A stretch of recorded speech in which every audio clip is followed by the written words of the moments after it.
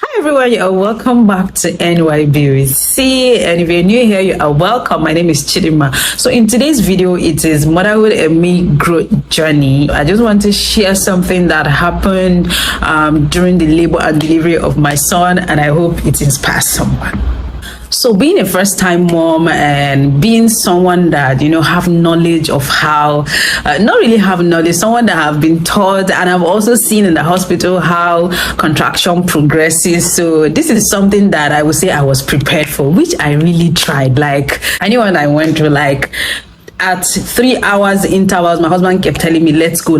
So you can imagine 3 hours, he kept saying, let's go for like 6 or 7, more than 7 times. So calculate it, like after every 3 hours, it's like he was timing himself. So labor was like 2 days before, and me, I already know I am in prime. I cannot just carry myself and go to the hospital, except I want to spend more time. So I was buying time because I knew that if I get there, maybe they might even ask me to go home.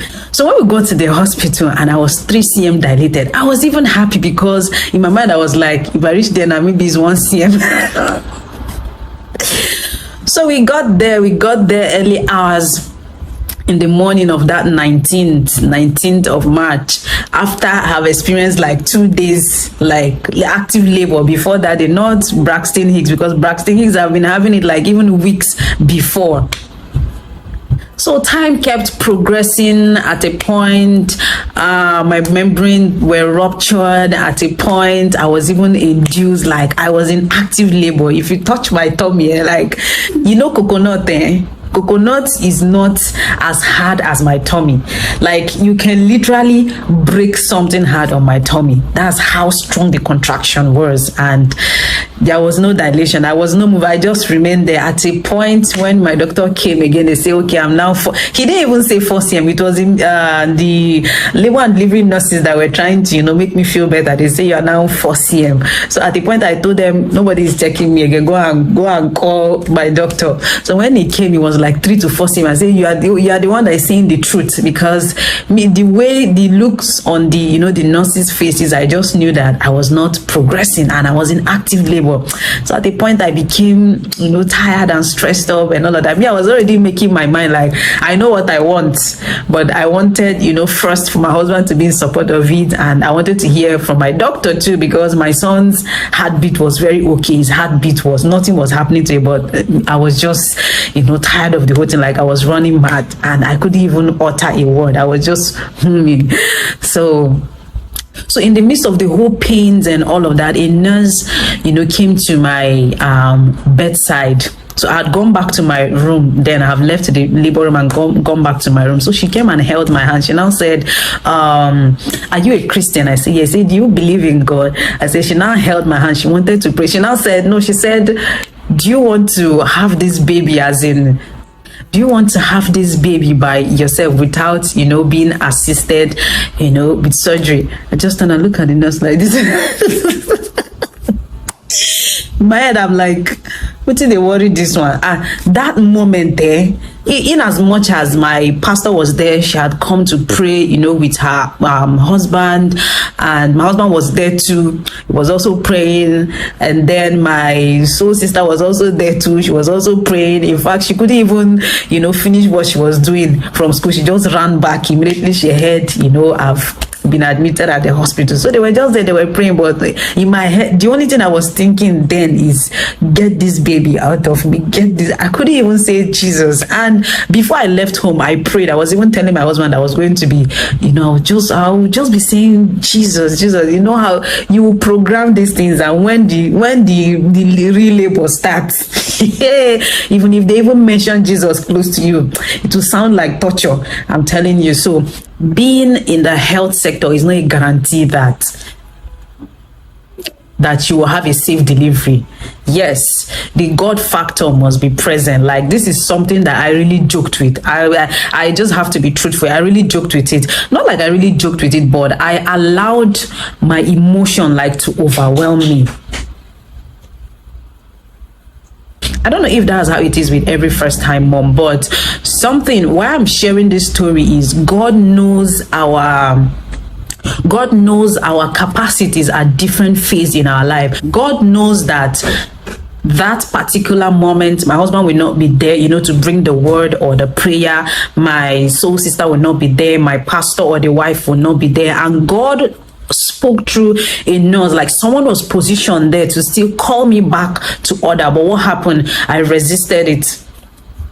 I got angry with her. I got pissed off, probably because she's not someone that I know, or why would she be telling me this kind of a thing? In fact, I just feel like even if it was my husband or maybe my pastor that was saying it at that moment, I don't want to hear anything. I just want to sign papers and go into the theater. So it is not a guarantee that this thing, or you are even a prayerful person, that when you go into labor that everything is going to be sound and come out cool. We have to be sensitive. Like, up till now, I'm still asking myself, why didn't you allow that nurse pray for you? Do you know, maybe after that prayer, maybe dilation will just speed up. Maybe God is just wanting you to agree with this person. God is just trying to call you to order, to let you know that you are a bit far from me, or you are not allowing your faith, work, that you can do this. And after the whole labor and delivery, I sat down. I was still in the hospital. I was ruminating about the whole thing. I said, what if that was my deliverer? What if that was my helper?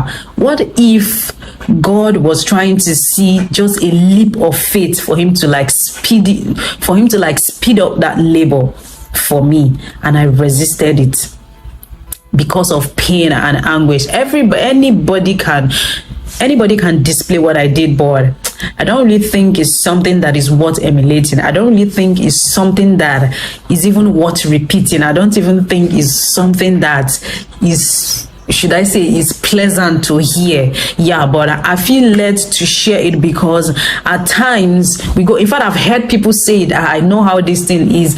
I will stay. In fact, even if I go to the hospital and they tell me I'm 3 cm or 4 cm, I'll come back. I'll run around, climb the hills, go over the mountain, run around the pepper tree, and then when I come back, I just have my baby. Pia. Motherhood is still an institution on its own. It does not really have a manual.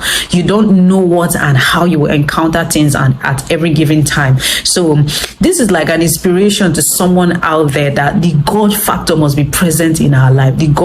Let this consciousness, let this mind be in us steady. And even when we are failing, even when we feel that, we are weak, we can't do this anymore, God is so merciful at every point in time. If this is not here, something else is here. It's just that at times we are not sensitive, we don't look. So I was thinking